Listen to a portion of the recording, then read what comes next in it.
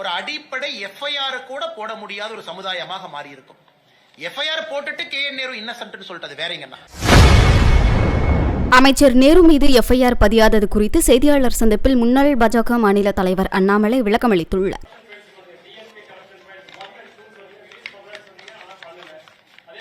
ரெண்டு ரிலீஸ் பண்ணேன். DMK 1 2 பண்ணேன். உங்களுக்கு என்ன அண்ணா 2 பண்ணேன் இப்படி சொல்லாதீங்க. 2 ஆனா DMK 1 பண்ணோம், DMK 2 பண்ணோம், 2 பண்ணோம். DMK 2 உங்களுக்கு தெரியும், கவர்னர்ட்ட போய் நம்ம கொடுத்துருக்கிறோம். குறிப்பா ஒரு பெரிய லிஸ்ட்டை போய் கவர்னர் ஆஃபீஸ்ல கொடுத்து நம்ம பிரஸ் நோட்டா ரிலீஸ் பண்ணிருக்கோம். 2 பண்ணிருக்கோம்.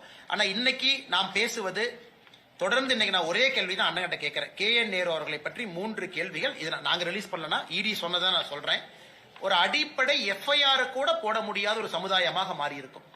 எஃப்ஐஆர் போட்டுட்டு KN நேரு இன்னசென்ட்னு சொல்லிட்டது வேறங்கண்ணா. KN நேரு அவர்கள் எஃப்ஐஆர் போட்டாங்க, பாருங்க நான் இன்னசென்ட், நான் கோர்ட்ல போய் ப்ரூவ் பண்றேன், அந்த கருத்தை நான் ஏற்கிறேன். கோர்ட்ல பாத்துக்கலாம், இன்வெஸ்டிகேஷன்ல பாத்துக்கலாம். ஆனா தமிழகத்தினுடைய முதலமைச்சர் அவர்கள் காவல்துறைக்கு ஒரு எஃப்ஐஆர் பதிவு செய்வதற்கே நான் அனுமதி கொடுக்க மாட்டேன் என்று சொன்னால், உண்மையாலுமே இங்க இறையாண்மை இருக்கா? உண்மையாலுமே மக்கள் ஆட்சி நடக்குதா?